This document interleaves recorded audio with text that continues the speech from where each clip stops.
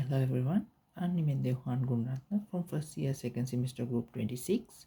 So today in this video I'm going to be explaining about how to wear a neck collar correctly and why are neck collars needed.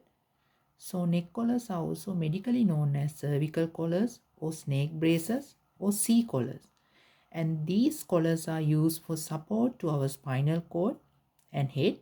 These collars are a common treatment option for neck injuries, neck surgeries, and some instances of neck pain.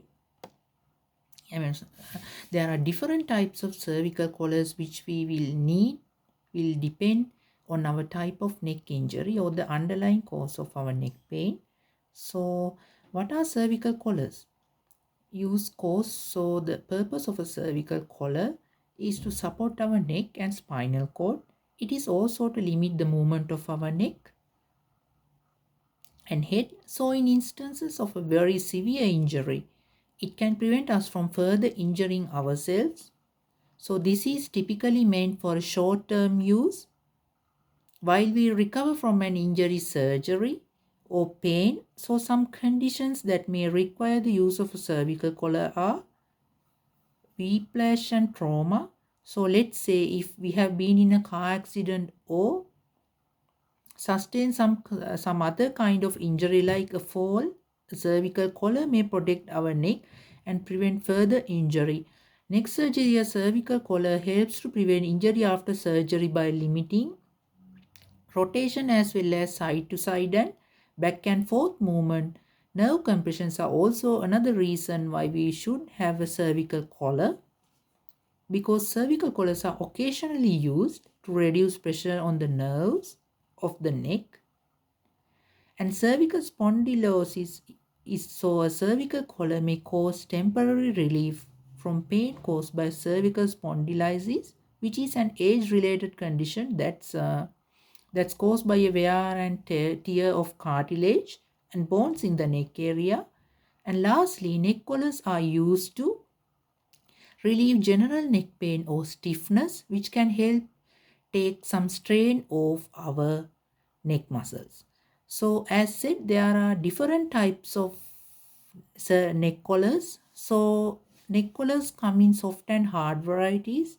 Soft collars are usually made from materials such as felt foam or rubber, and they fit snugly around our neck and sit below our jaw, and some doctors may prescribe them for temporary relief from modern neck pain. So soft collars are unlikely to help manage more serious neck injuries. On the other hand, we have hard collars which are usually made from plexiglass or plastic, and they restrict head rotation and side to side movement more than softer collars are, so they often have a chain support to allow the muscles in your neck to relax.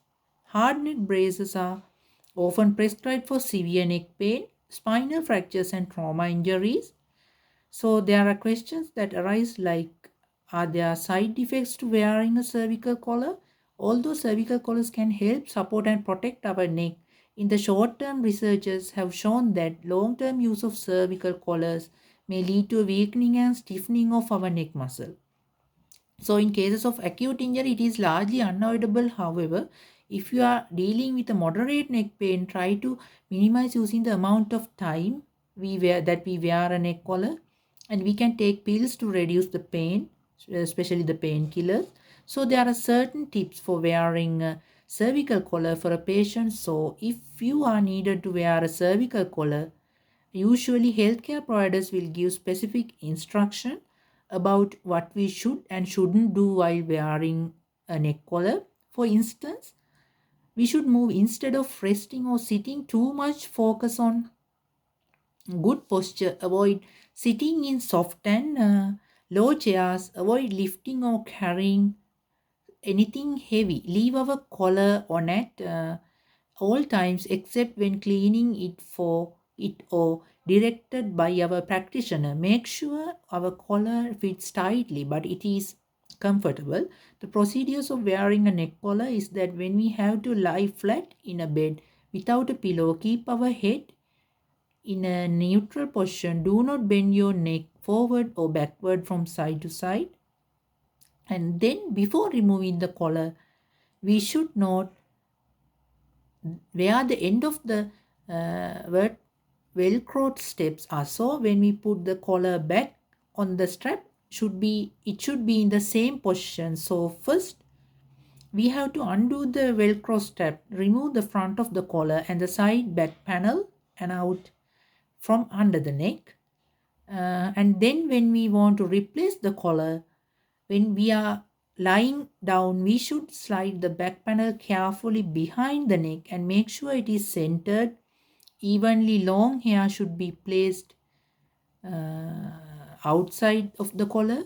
Flare the sides of the front plane aside, it up the chest wall and scoop it up under the chin, making sure it is central. These sides of front section of the collar should be directed up to feet, snugly over the shoulders and wrap it around the back of the neck. Attach the back straps to the front one at a time until they are in original position. That is all that I have to describe from my video, and thank you so much for listening.